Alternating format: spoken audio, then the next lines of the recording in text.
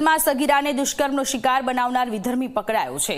ધોરણ 12ની વિદ્યાર્થીની પર દુષ્કર્મ આચર્યું હોવાનો આરોપ સોશિયલ મીડિયા થકી આવ્યો હતો। સગીરાના સંપર્કમાં સગીરાને પ્રેમજાળમાં ફસાવીને વાંધાજનક તસવીરો મંગાવી તસવીરોના આધારે સગીરાને બ્લેકમેલ કરીને દુષ્કર્મ આચર્યું।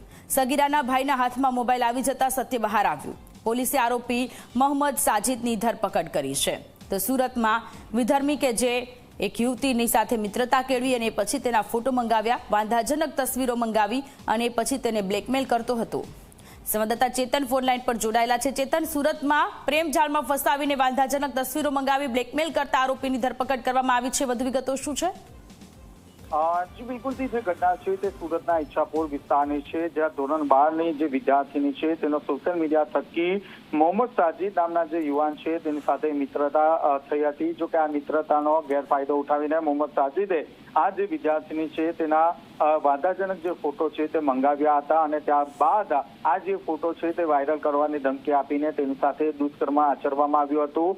આ જે વિદ્યાર્થીની છે તે સુરતના પાલ વિસ્તારમાં આવેલી જે હોટલ છે તે હોટલમાં લઈ જવામાં આવી હતી અને ત્યારબાદ શારીરિક સંબંધ બાંધવામાં આવ્યો હતો અને તેનો વિડીયો પણ ઉતારી દેવામાં આવ્યો હતો। ખાસ કરીને સગીરાના ભાઈના હાથમાં આ મોબાઈલ આવી જતા ભાંડો ફૂટી ગયો હતો। જો કે જે તે સમયે આ જે નરાધમ છે તેને તેના ભાઈને ઉચકાવી દેવાની ધમકી પણ આપવામાં આવી હતી। સમગ્ર જે મામલો છે તે ઈચ્છાપુર પોલીસ મથક ખાતે પહોંચ્યો હતો। પોલીસે દુષ્કર્મની ફરિયાદ નોંધીને મોહમ્મદ સાજિદ નામના જે યુવાન છે તેની ધરપકડ કરવામાં આવી હતી। હાલ જે મોહમ્મદ જે સાજિદ છે તે સુરતની એક ગ્લાસની જે દુકાન છે તેમાં મજૂરી કામ કરતો હોવાનું સામે આવ્યું છે। જી, આભાર તમામ વિગતો માટે।